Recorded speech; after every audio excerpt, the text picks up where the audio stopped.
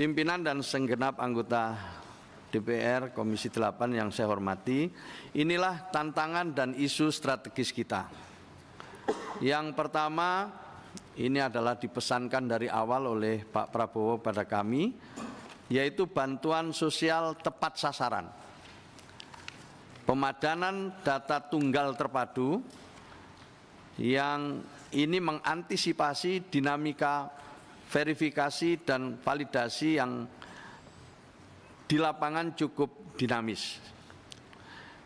Yang berikutnya kecepatan, ketepatan, dan feedback evaluasi penyaluran bantuan.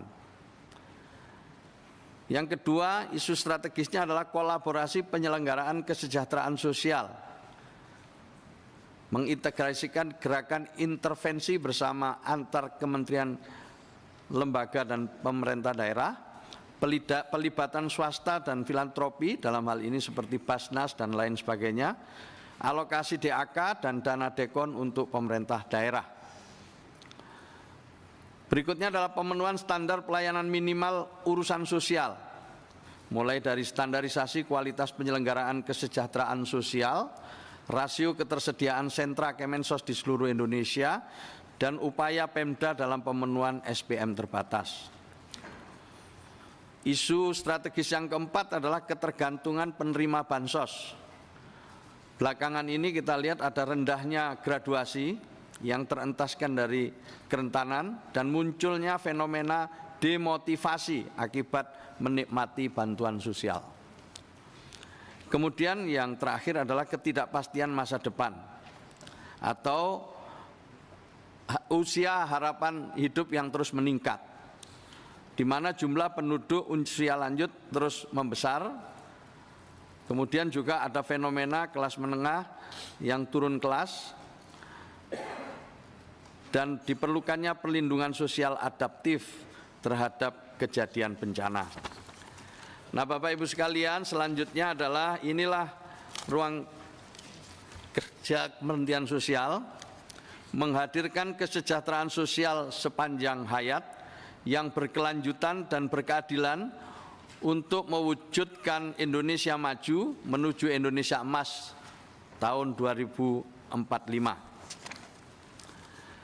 Perlindungan yang dimaksud merupakan pendekatan holistik yang menjamin kesejahteraan setiap individu dari lahir hingga meninggal, minal mahdi ilal lahdi. Perlindungan sosial mencakup berbagai aspek seperti perlindungan dan jaminan sosial, pemberdayaan sosial, serta rehabilitasi sosial dengan tujuan mengatasi kerentanan, kemiskinan, dan risiko sosial sepanjang kehidupan. Bingkai perlindungan sosial yang dikawal oleh Kemensos adalah mereka yang masuk dalam data terpadu kesejahteraan sosial. Namun perlu saya sampaikan di awal, sudah ada arahan dari Presiden agar dalam waktu yang tidak terlalu lama sudah bisa disusun satu data tunggal terpadu yang penanggung jawabnya adalah BPS dan Bappenas. Data yang kita miliki sudah kita kirim ke BPS untuk diproses dan distandarisasi, nanti hasilnya akan dikembalikan kepada Kementerian Sosial. Ini alhamdulillah cepat bisa dilaksanakan atas arahan dari Bapak Presiden. Selanjutnya Bapak Ibu sekalian, inilah kira-kira gambarannya perlindungan sosial sepanjang hayat yang bisa kita lihat dari program Keluarga Harapan. Ini adalah program jangkarnya Kementerian Sosial, di mana program ini menyasar 10 juta KK. 10 juta KK dengan tidak kurang dari 34.000 pendamping seluruh Indonesia. Nanti Bapak Ibu para anggota Komisi 8 bisa melihat di lapangan lebih jauh tentang program ini yang tentu ke depan kita ingin lebih terukur, kemudian lebih solid pelaksanaannya di lapangan. Tapi ini untuk gambaran awal dulu Bapak Ibu sekalian. Jadi di dalam program PKH itu ada beberapa poin penting yang diberi bantuan sebagai bagian dari perlindungan dan jaminan sosial, yaitu ibu hamil 750.000 per 3 bulan, itu artinya 3 juta.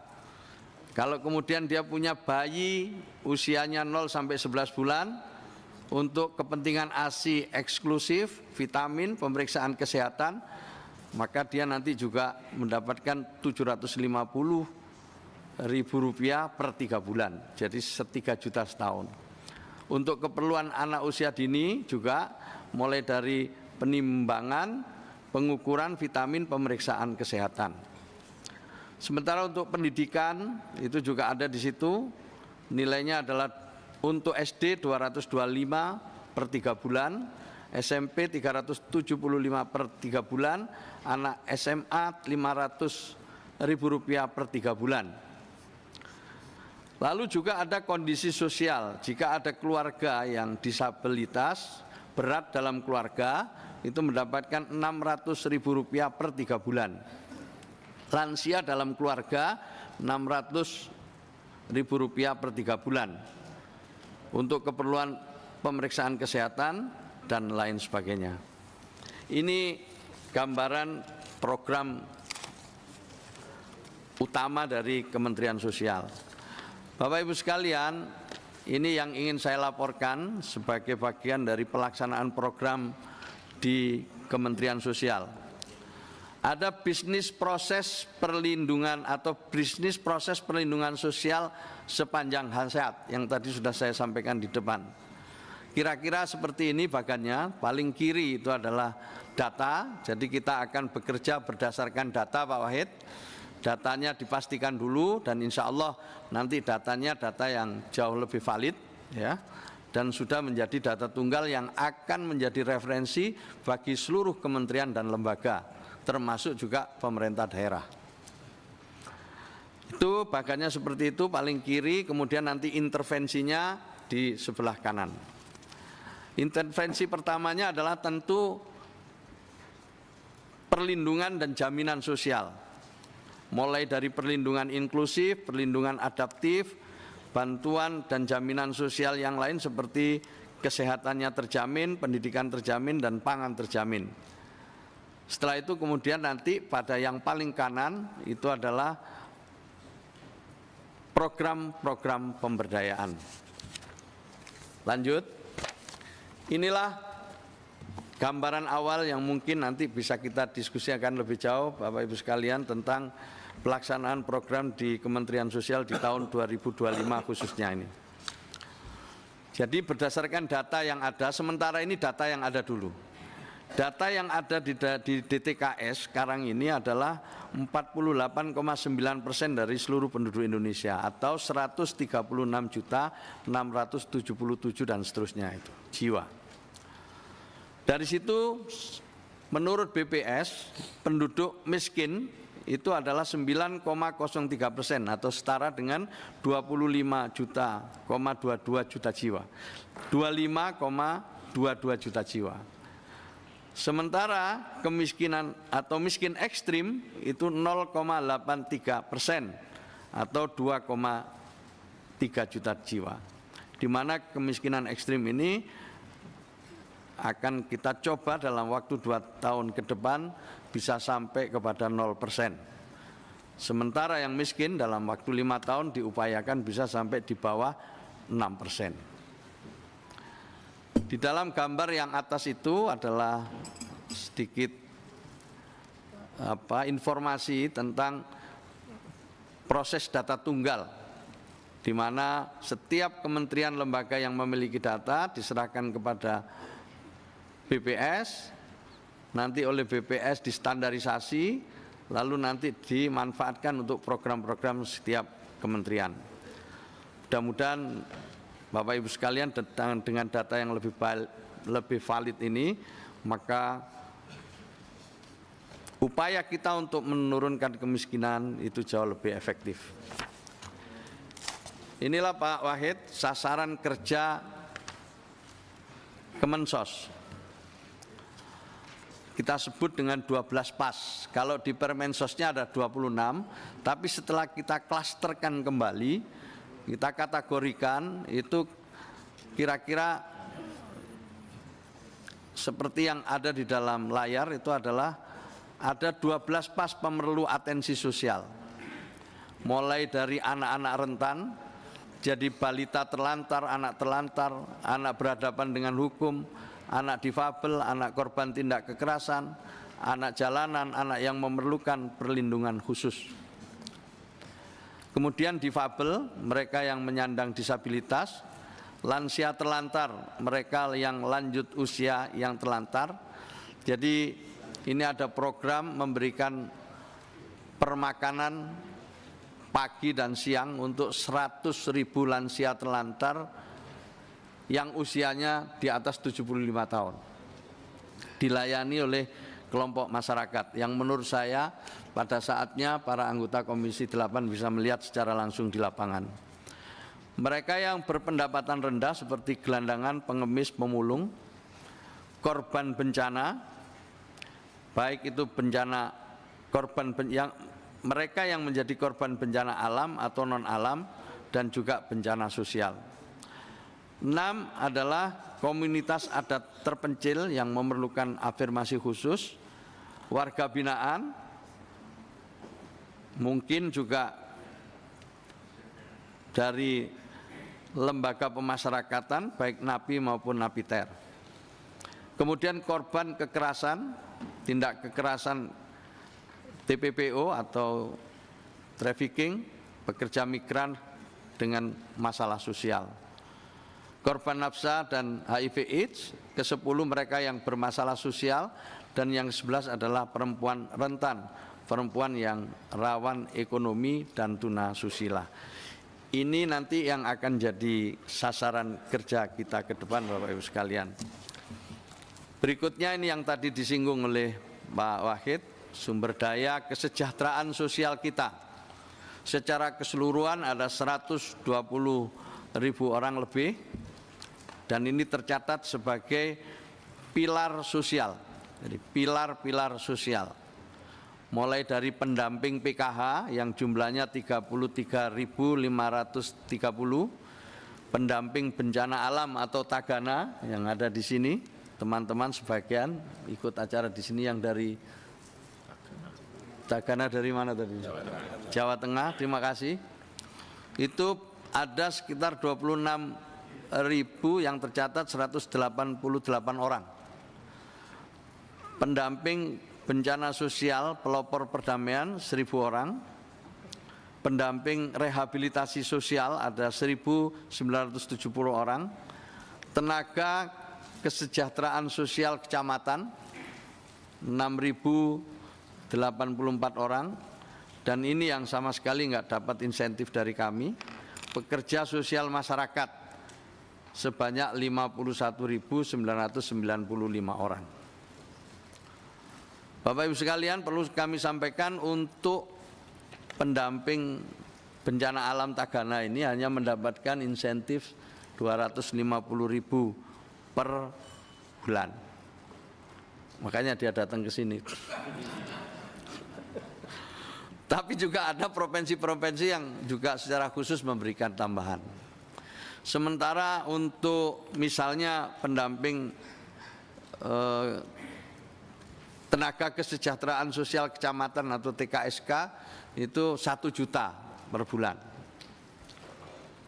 Untuk rehabilitasi sosial rata-rata berapa pendampingnya? 3 juta per bulan. Jadi itu gambaran singkatnya Bapak Ibu sekalian. Nah, kerja pilar sosial itu adalah sebagai berikut. Yang pertama, di hulu mereka memastikan data input. Ya, nanti kalau namanya ganti ya tentu kita ganti namanya data. Kalau yang sekarang ini data terpadu kesejahteraan sosial, ada kemungkinan nanti data tunggal sosial ekonomi. Nanti namanya kita tunggu sesuai dengan kriteria dan profil data yang dibutuhkan. Jadi kita ingin para pilar sosial ini ikut memastikan itu pada saatnya nanti. Memastikan penyaluran bansos tepat sasaran, memastikan hadir dalam keadaan darurat atau bencana, memastikan pemulihan fungsi sosial. Sementara kerja hilirnya adalah mengawal program pemberdayaan berjalan dan memastikan target graduasi tercapai. Inilah anggaran Kementerian Sosial Pak Pasha, jadi menurun dari 21 100 triliun turun 97, 87, 79, sekarang 79, komanya hilang. Kalau yang 2024 masih komanya ada 9, yang 2025 komanya hilang. Sementara dari anggaran itu dukungan manajemen itu hanya 1,5%.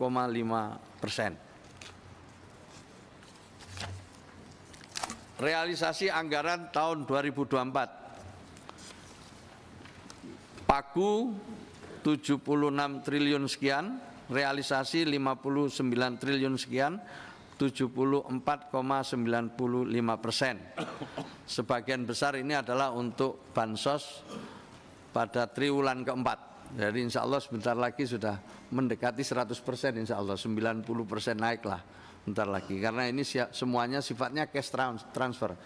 Jadi bantuan ke keluarga baik itu program PKH maupun bansos itu langsung ke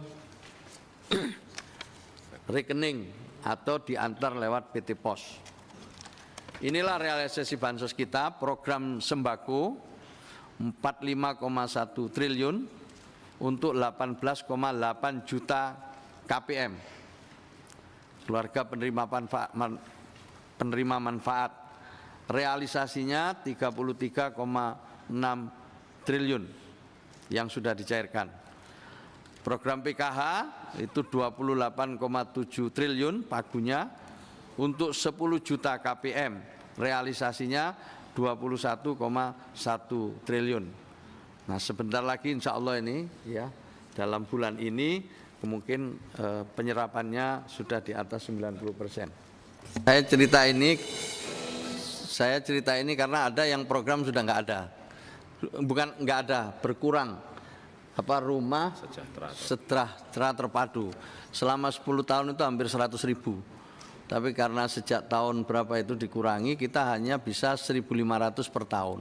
Itu salah satu yang mungkin karena itu diserahkan ke PUPR, jadi nggak bisa lagi sebanyak seperti pada periode pertamanya Pak Jokowi. Itu sudah tidak ada, tetapi untuk PKH itu indeksnya masih sama, baik untuk keluarga maupun itu yang pada saatnya perlu dikoreksi. Saya kira itu tambahnya pimpinan, kurang lebihnya mohon maaf. Assalamualaikum warahmatullahi wabarakatuh.